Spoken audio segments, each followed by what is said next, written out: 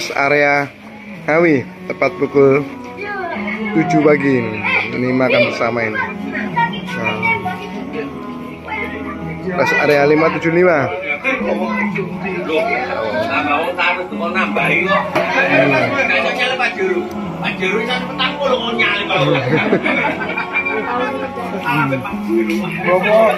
Bawa pucuk. Sederhana tapi kebersamaannya.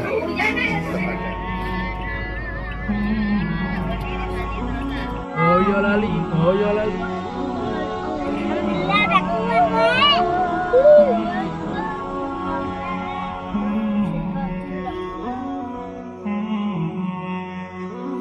Alhamdulillah sudah sampai di Masjid Khairul Umah. Jamu makan.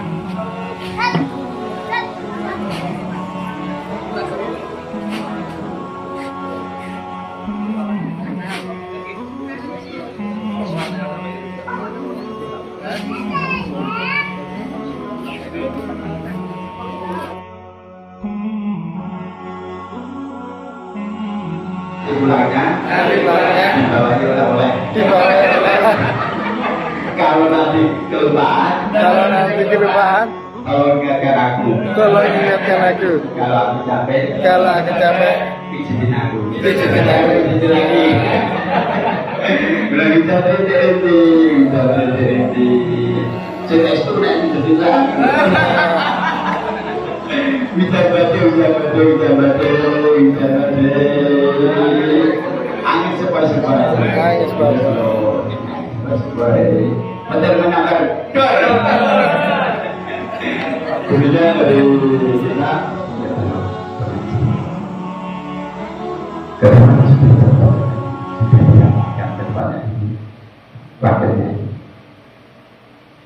akan tetapi semua itu kan ada resikonya.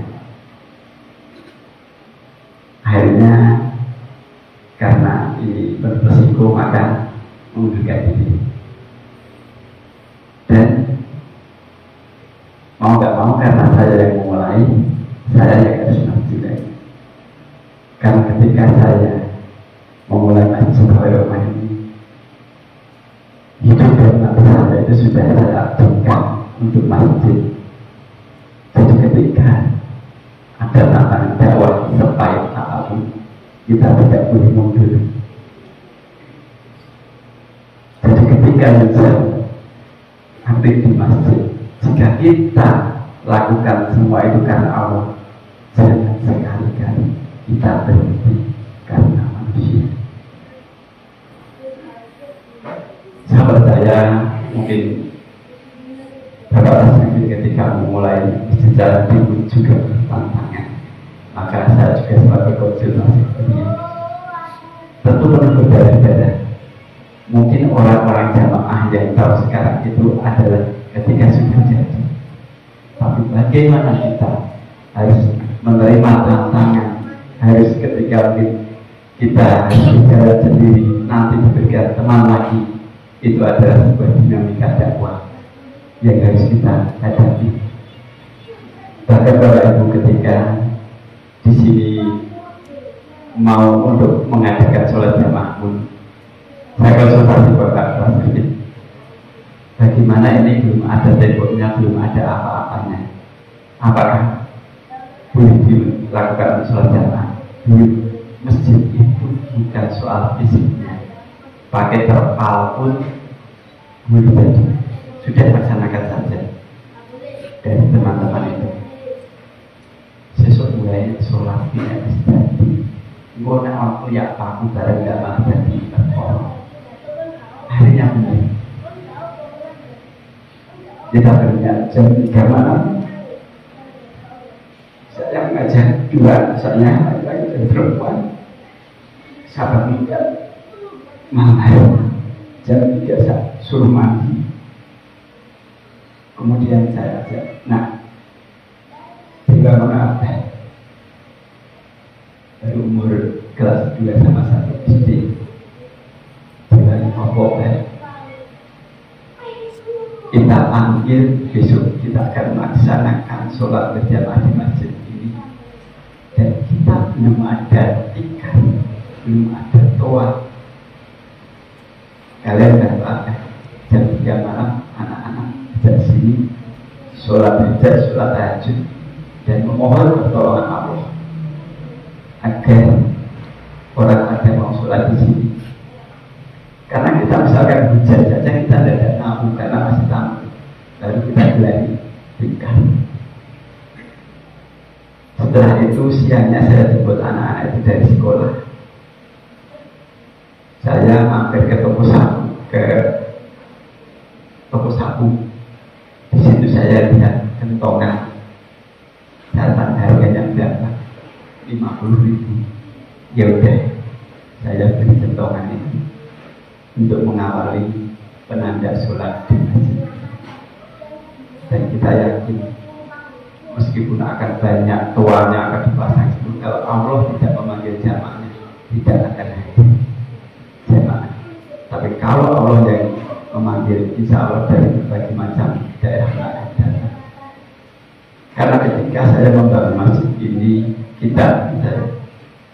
saya ingat betul kisah Nabi Ibrahim ketika membangun masjid itu dimulai dengan mengajak putranya Ismail. Jadi ketika Bapak Ibu itu menjadi pembangun masjid, pejuang masjid, orang yang pertama kita ajak adalah keluarga kita. Dan kita jangan cukup jadi jamaah atau takmir, akan tetapi jadilah pejuang masjid. Kenapa pejuang masjid? Pejuang masjid adalah orang yang bisa membawa perubahan. Kalau kita cuma jadi jamaah biasa, tidak akan berubah apapun. Tapi ketika kita menjadi pejuang masjid, insya Allah akan membawa perubahan dan dampak positif untuk umat. Sebagaimana ketika Kiai Haji Ahmad Dahlan memulai dakwahnya dari Langgar Kidul, kemudian beliau membuat bikin Muhammadiyah dengan berdasarkan surat Al-Baqarah ayat 104. Hasilnya luar biasa.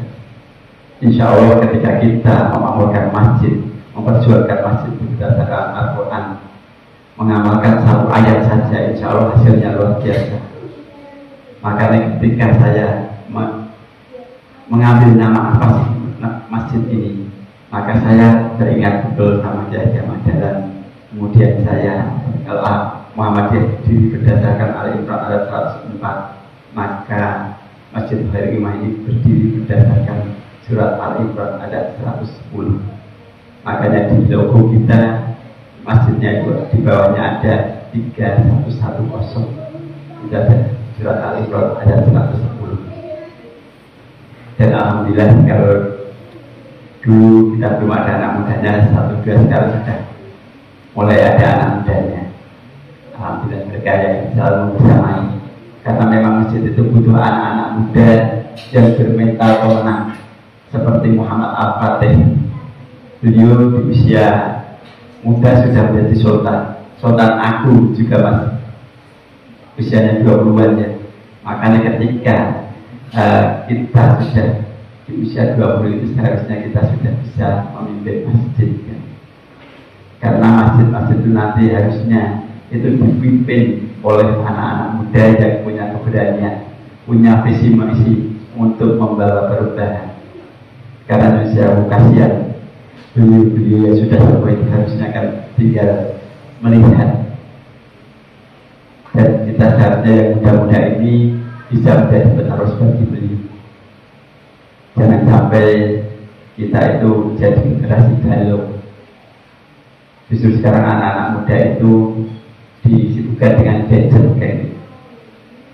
Kepada yang anak muda ini saya sarankan jangan sampai gadget kita, laptop kita itu ada gamenya. Sebenarnya ini didesainkan bukan untuk dunia permainannya. Makanya saya itu di rumah sudah tidak ada game. Kan apa? Saya latih anak saya itu dengan menceritakan tokoh-tokoh besar Islam. Dan alhamdulillah anak saya yang ketiga itu dia ngasih nama anak saya yang pertama. Kalau anak saya pertama itu namanya Jamaluddin Adab Mencair, karena salah satu inspirasi kitab-kitab yang dibaca oleh Ahmad Dahlan ada dari rujukan Jamaluddin Al-Afdhali. Kemudian tak tanya, mau diberi nama siapa oleh adik kami? Muhammad Al-Fatih. Ya bisa seperti Muhammad Al-Fatih.